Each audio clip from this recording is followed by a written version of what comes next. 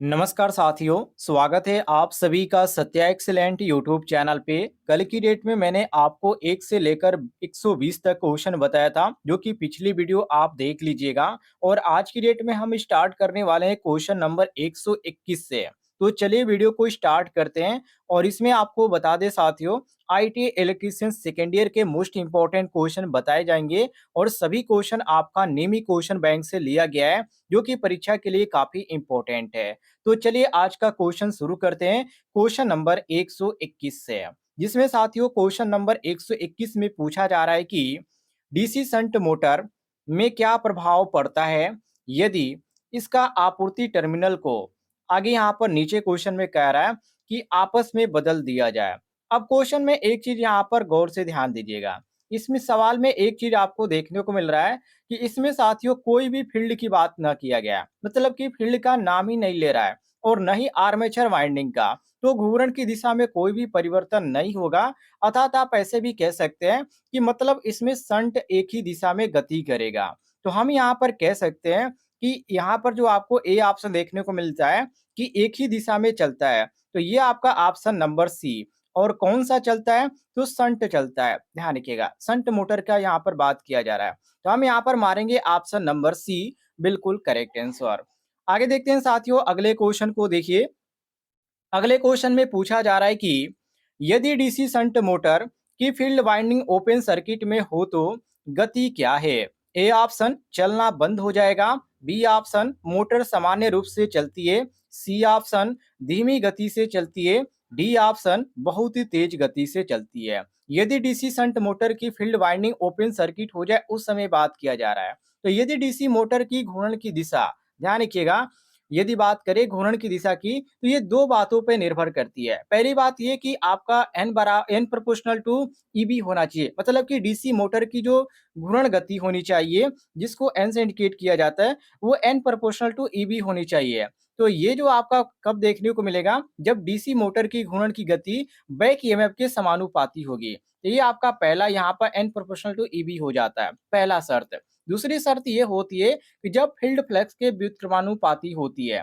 मतलब कि जब एन प्रोपोर्शनल टू ईबी हो जाती है अपान फाई हो जाता है, उस समय भी ये आपके देखने को मिलता है। ये दो आपका चीजों पे निर्भर करता है। तो हम यहाँ पर कह सकते हैं, जैसे कि क्वेश्चन में कहा जा रहा है कि यदि डीसी शंट मोटर की फील्ड वाइंडिंग ओपन सर्किट हो जाए तो गति क्या करता है या क्या गति पे क्या निर्भर करता है। तो ये आप कह सकते हैं कि बहुत ही तेज गति से चलती है। तो ये आपका जो सही हो जाता है साथियों, ऑप्शन नंबर डी बिल्कुल करेक्ट आंसर हो जाता है। आगे देखते हैं अगले क्वेश्चन को।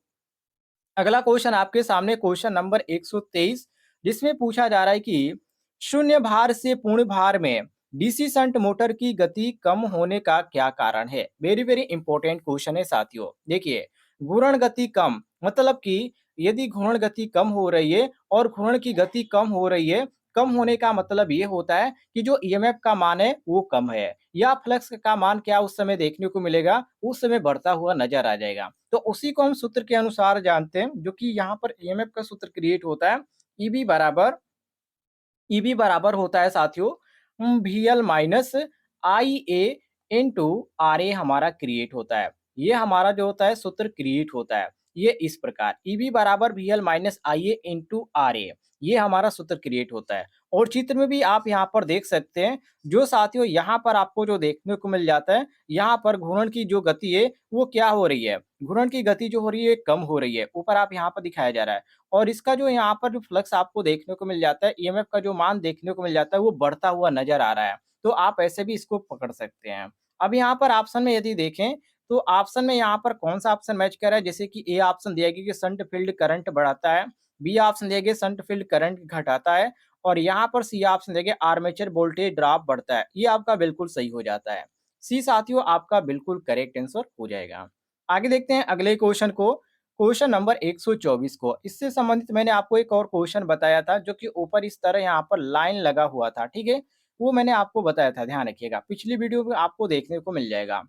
इसमें पूछा जा रहा है कि कौन सा वाइंडिंग दोष इस परीक्षण द्वारा ज्ञात किया जा रहा है? तो साथियों ये बोला जाता है खुली कुंडली दोष, अर्थात ओपन क्वाइल फॉल्ट बोला जाता है, जिसका परीक्षण किया जा रहा है। और ये आपको जो ऑप्शन में देखने को मिल जाता है, वो ऑप्शन नंबर ए देखने को मिल जाता है।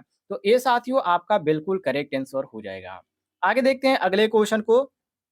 अगला क्वेश्चन आपके सामने क्वेश्चन नंबर 125, जिसमें साथियों पूछा जा रहा है कि त्रिकला स्क्वायरल केज प्रेरण मोटर की स्लिप गति अर्थात एनएसपी की गणना करने का सूत्र क्या है। ये तो और भी इजी क्वेश्चन है जो कि मैंने कई बार आपको बताया, जो कि एनएसपी बराबर आपका होता है जो एनएसपी मतलब यहाँ पर एन स्लिप बराबर जो होता है NS minus synchronous speed minus N R हो जाता है। ये आपका हो जाता है और यहाँ पर जो आपको देखने को मिल जाता है ये ऑप्शन नंबर ए में देखने को मिल जाता है। ये आपका ए ऑप्शन बिल्कुल करेक्ट आंसर हो जाएगा। आगे बढ़ते हैं अगले क्वेश्चन को देखिए। अगला क्वेश्चन आपके सामने क्वेश्चन नंबर 126। ये चित्र के अनुसार यहाँ पर क्वेश्चन पूछा जा रहा है कि नियंत्रण सर्किट का प्रकार क्या है। नियंत्रण सर्किट का प्रकार क्या है? यहाँ पर आपको जो फिगर देखने को मिल जाता है, इसी फिगर को देखकर आपको बताना है। तो यहाँ पर आपको 2 बटन देखने को मिल जाती है, एक यहाँ पर स्टॉप का और एक यहाँ पर स्टार्ट का। और यहाँ पर एक ट्रांजिस्टर देखने को मिल जाता है जो कि ट्रांजिस्टर में ये कंफर्म नहीं है कि कौन सा ट्रांजिस्टर है, क्योंकि एरो की यहाँ पर कोई भी इंडिकेट नहीं किया जा रहा है। तो इंडक्शन मोटर को एक चीज आप ध्यान रखिएगा, नियंत्रण सर्किट के प्रकार का पूछा रहा है, तो ये आपको इंचिंग जो यहाँ पर नियंत्रण देखने को मिल जाता है, ये आपका ए ऑप्शन बिल्कुल सही हो जाता है। क्योंकि इंडक्शन मोटर को जब भी हम प्रारंभ करते हैं तो उसकी जो इंस्ट्रूमेंट होते हैं, जो इसको आप चीजें भी बोल सकते हैं, ये एक बार क्या होता है, वो चेक किया जाता है कि मोटर की टॉर्क की स्थिति क्या है। तो टॉर्क की स्थिति जब आप चेक करते हैं तो वहां पर आपको जो देखने को मिलता है साथियों, ब्रेक की स्थिति। तो ब्रेक की स्थिति में जो आपका रिचुरेटिव जो होता है उसकी स्थिति वो जो होती है, वो परीक्षण को जो इंडिकेट किया जाता है, उसी परीक्षण को बोला जाता है इंचिंग नियंत्रण। और इसको आप ऐसे भी कह सकते हैं परीक्षण, इंचिंग नियंत्रण परीक्षण। और यहाँ पर जो आपको दिखाया जा रहा है इसी को बोला जाता है इंचिंग नियंत्रण। और ऑप्शन में जो आपको देखने को मिल जाता है, ये ए ऑप्शन बिल्कुल करेक्ट आंसर देखने को मिल जाता है। आगे बढ़ते हैं अगले क्वेश्चन को देखिए। अगला क्वेश्चन काफी इंपॉर्टेंट है, क्वेश्चन नंबर 127।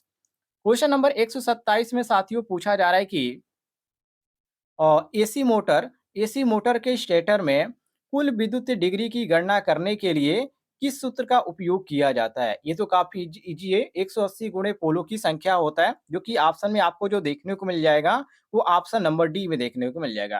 कुल विद्युत डिग्री बराबर 180 अंश गुणे ध्रुवों की संख्या, जो कि यहाँ पर आपको डी ऑप्शन में देखने को मिल जाता है। तो डी ऑप्शन साथियों आपका बिल्कुल करेक्ट आंसर हो जाएगा, काफी इजी क्वेश्चन था।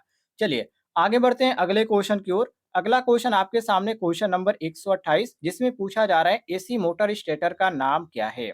यहाँ पर शायद आपको फिगर देखने को मिलेगा, यहाँ पर ध्यान से देखिएगा। ये जो फिगर है साथियों, इसको बोला जाता है ऑटो ट्रांसफार्मर। आप ध्यान से देख लीजिएगा, इसको क्या बोला जाता है, ऑटो ट्रांसफार्मर बोला जाता है।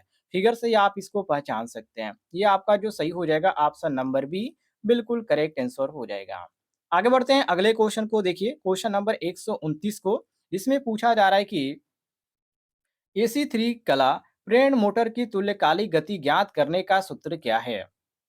जो सिंक्रोनस स्पीड है साथियों, उसकी यहाँ पर बात किया जा रहा है। तो सिंक्रोनस स्पीड के यहाँ पर ज्ञात करने की बात करें, वो भी 3 फेज इंडक्शन मोटर में, तो इसका जो सही सूत्र क्रिएट होता है 120 एफ अपान पी होता है, जिसमें एफ आपका आवृत्ति होता है और पी क्या होता है, पोलो की संख्या होती है। और यहाँ पर 120 एफ अपान पी जो आपको ऑप्शन में देखने को मिल जाता है, वो ऑप्शन नंबर ए में देखने को मिलता है। तो साथियों ए ऑप्शन आपका बिल्कुल करेक्ट आंसर हो जाएगा।